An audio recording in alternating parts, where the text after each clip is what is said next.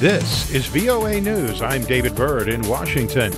President Donald Trump and Democrats are trading blame for the partial government shutdown, but doing little substantive talking with each other as the disruption in federal services and public employees' pay heads into its second weekend. Trump brushed off any blame that his administration bore for the recent deaths of 2 migrant children in Border Patrol custody. The president said on Twitter the deaths were strictly the fault of the Democrats and their pathetic immigration policies. Incoming Democratic Congressman Joe Neguse of Colorado said in the Democratic radio address that the president is the one who forced the partial shutdown. Partisanship, rancor, and dysfunction of the Trump shutdown is exactly what voters rebuked in November. And that is why, on January 3rd, when the new Democratic House majority arrives, we will bring the hope, vision, and goals of effective governance back to the forefront. Trump is demanding $5 billion to build a wall along the U.S.-Mexican border. Democrats have said he will never get that much, and no compromises have been reached. President Donald Trump also tweeted on Saturday that he had a long and very good phone conversation with China's President Xi Jinping. He said that big progress was made on U.S.-China trade relations. AP's Shelley Adler reports. Trump tweets, "Deal is moving along very well, if made. It will be very comprehensive, covering all subjects, areas, and points of dispute. The U.S. wants China to address intellectual property theft and other aggressive measures that have driven Beijing's efforts to topple U.S. technological dominance." Shelley Adler, Washington. For more on these stories, be sure to visit our website, voanews.com. You can also follow us on the VOA mobile app.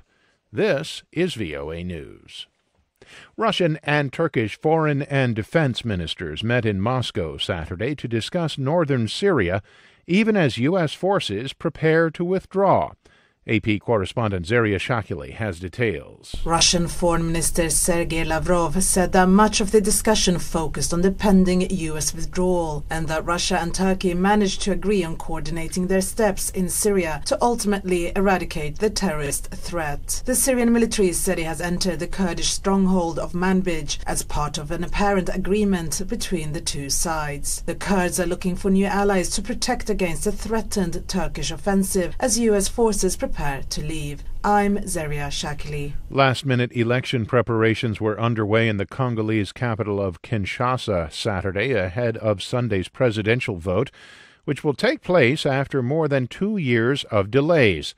Protests, an opposition outcry, and the unexpected barring of 1 million voters from polling over an Ebola outbreak mark the final days of preparations in the country.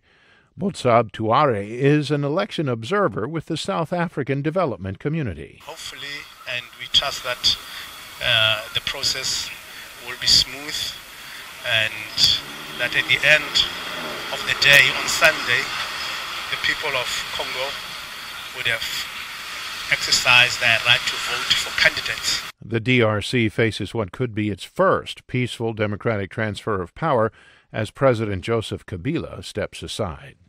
The World Health Organization says that violent protests in the Democratic Republic of Congo's Kivu province are hampering efforts to control the spread of the Ebola virus. Lisa Schlein reports. WHO spokesman Tarek Jazarovich says an Ebola transit center in Beni was attacked, frightening people waiting for test results and the staff caring for them. He tells VOA the violence is an unfortunate setback to Ebola control efforts which have been progressing. All gains that we have made so far in fighting Ebola in North Kivu are at risk because of this violence.